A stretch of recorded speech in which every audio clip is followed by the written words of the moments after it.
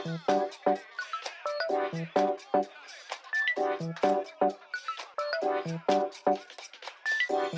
sahabat bahasa dan pembelajar bahasa dimanapun kalian berada, bertemu lagi dengan saya Wawan Yurian dalam channel pembelajaran bahasa Indonesia.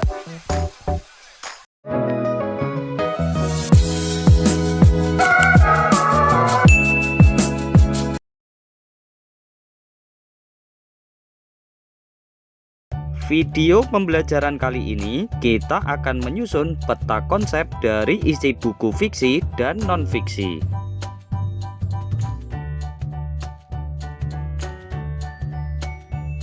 Setelah mempelajari materi ini, kalian diharapkan mampu membuat peta pikiran dari isi buku non-fiksi dan buku fiksi yang kalian baca.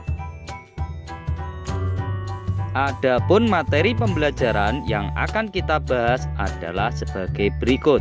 Pertama, peta konsep isi buku. Kedua, teknik membaca isi buku.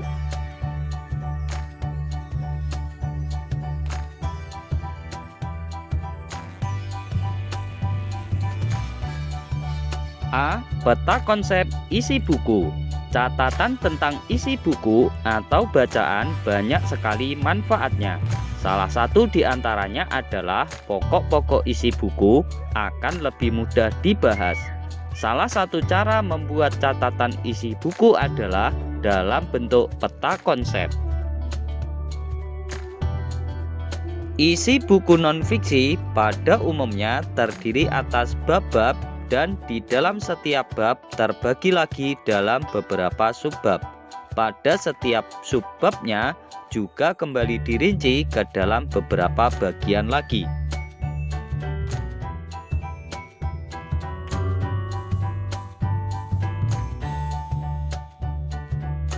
Berikut adalah contoh membuat peta konsep catatan isi buku dengan contoh buku Poebi, Pedoman Umum Ejaan Bahasa Indonesia.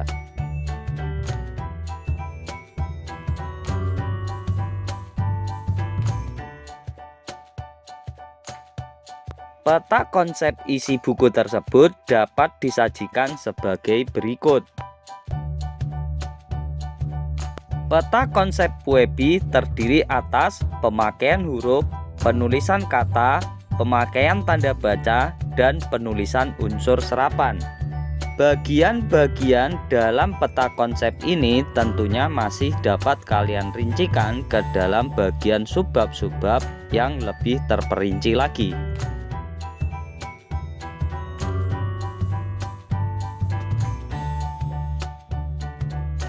Isi setiap bab dalam sebuah buku dapat lebih diperjelas dengan peta konsep.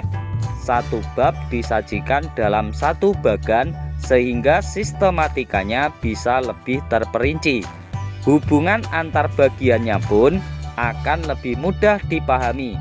Selain itu juga akan memudahkan kita sebagai pembaca untuk menemukan informasi di dalam buku dengan cepat.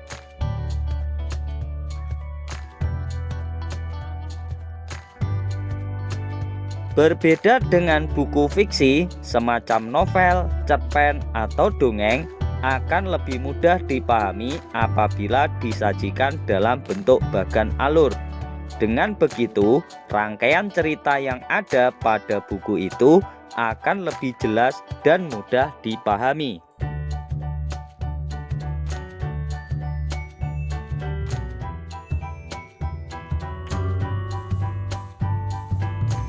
Berikut adalah contoh draft bagan alur buku fiksi. Bagan alur buku non-fiksi terdiri atas pengenalan cerita, terjadinya konflik, klimaks atau puncak konflik, penyelesaian konflik atau resolusi, dan penutup cerita.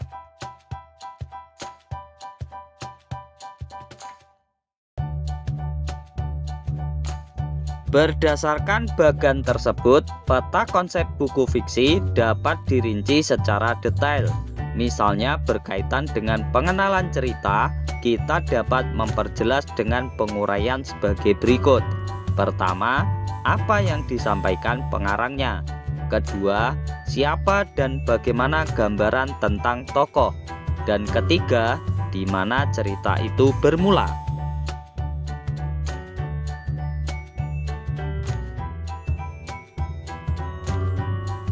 Kalian tentunya dapat berlatih secara mandiri untuk melengkapi bagan alur tersebut.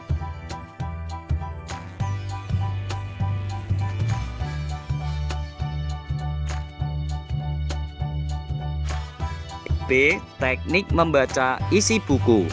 Tahukah kalian bahwa pemahaman tentang isi suatu buku secara keseluruhan dapat ditingkatkan dengan teknik membaca cepat?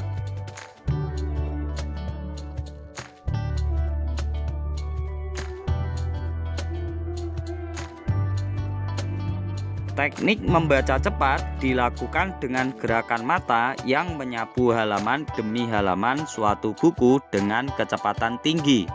Rizim Aizid mengungkapkan bahwa membaca cepat merupakan salah satu jenis membaca yang bertujuan untuk memahami isi bacaan dengan cepat dan tepat dalam waktu yang relatif singkat. Membaca cepat dapat dilakukan dengan berbagai teknik. Salah satu di antaranya teknik fiksasi.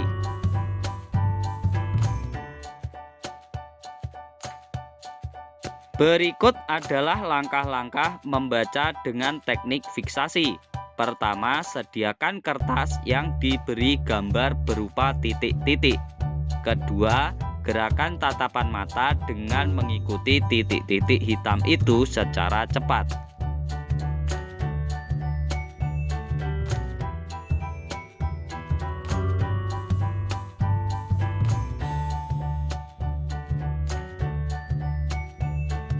Ketiga, ulangi latihan itu berkali-kali dengan titik-titik hitam yang semakin dijarangkan. Keempat, terapkanlah latihan itu terhadap bahan bacaan yang sesungguhnya.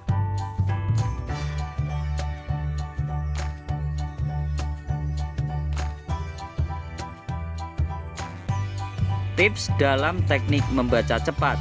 Bacalah halaman demi halaman bacaan itu secara cepat. Tidak setiap kata kamu baca, tetapi baris atau kata tertentu saja.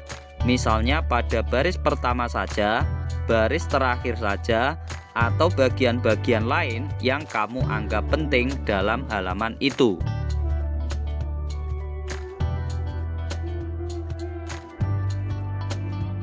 Proses membaca cepat dapat dilakukan dalam berbagai teknik. Pemilihan teknik membaca tergantung pada jenis bacaannya.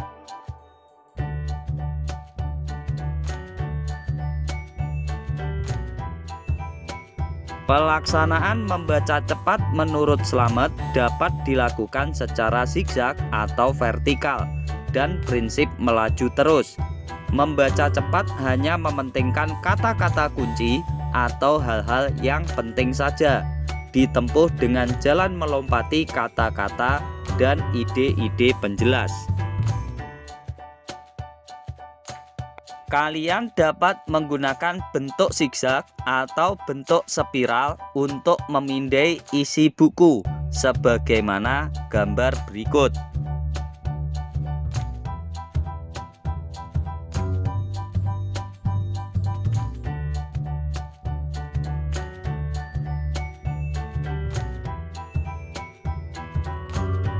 Selain menggunakan teknik bentuk zigzag dan bentuk spiral, kalian juga dapat menggunakan teknik bentuk diagonal dan horizontal berikut.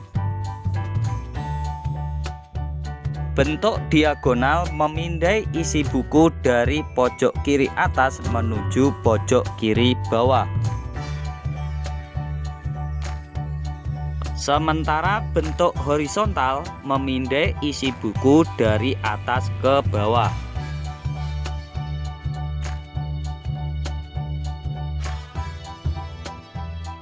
Perlu kalian ketahui bahwa menurut Soedarso ada 6 faktor penghambat dalam membaca cepat.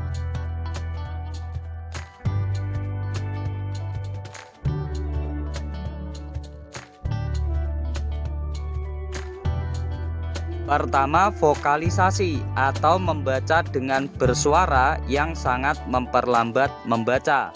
Kedua, menggerakkan bibir atau komat kamit sewaktu membaca, sekalipun tidak bersuara, namun sama lambatnya dengan membaca bersuara.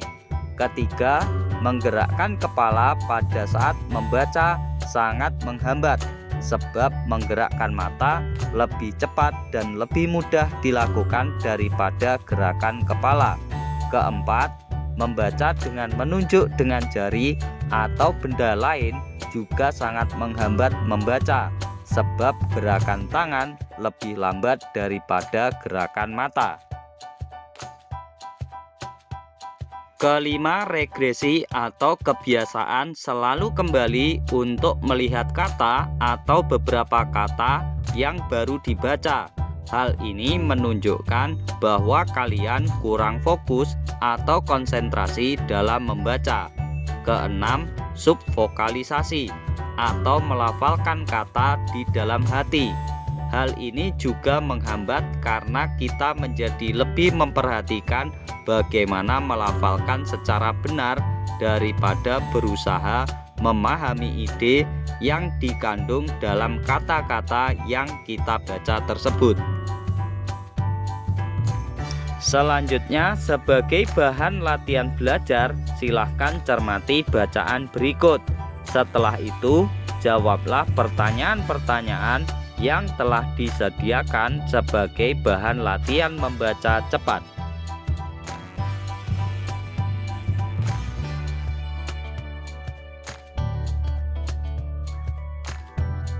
Peningkatan minat baca dan pemberantasan buta aksara. Minat baca masyarakat Indonesia harus ditingkatkan dan buta aksara harus terus diberantas. Peningkatan minat baca perlu dilakukan karena pada masa perkembangan teknologi, masyarakat banyak disuguhi informasi di berbagai media. Media itu harus dimanfaatkan masyarakat untuk meningkatkan pengetahuan. Upaya itu dilakukan karena kita tahu bahwa minat baca masyarakat masih rendah. Bahkan kemahiran membaca siswa di sekolah, terutama di beberapa sekolah terpencil, masih rendah. Menurut Badan Pusat Statistik Republik Indonesia, pada tahun 2011, penduduk Indonesia yang berumur 10 tahun ke atas yang buta aksara sekitar 17,89%. Dan jumlah tertinggi di Papua sekitar 40,59%.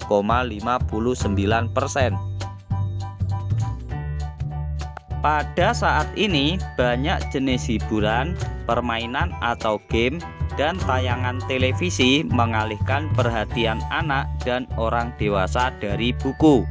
Di samping itu, sarana buku di berbagai perpustakaan masih kurang jumlahnya, dan buku-buku itu kurang bervariasi sehingga anak-anak kurang berminat membaca. Sementara itu, buku adalah sumber pengetahuan seperti semboyan, buku jendela ilmu, dan baca buku buka dunia. Dengan membaca buku, kita akan memperoleh pengetahuan.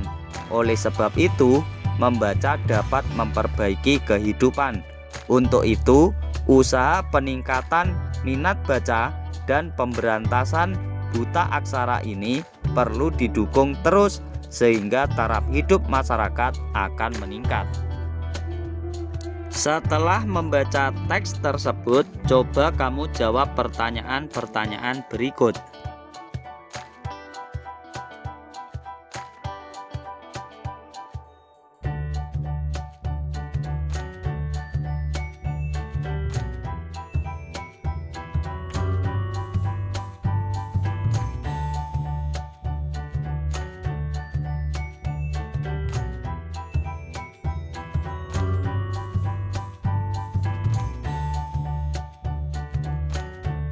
Terima kasih telah menyimak video pembelajaran kali ini. Semoga semakin menambah wawasan kebahasaan dan kemampuan literasi kalian.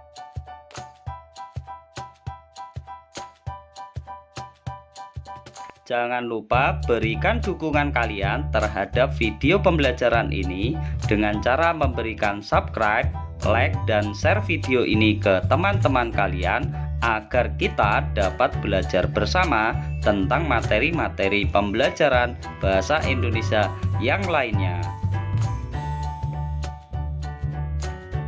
Sampai bertemu lagi dalam video pembelajaran bahasa Indonesia berikutnya di channel pembelajaran bahasa Indonesia Wawan Yulian.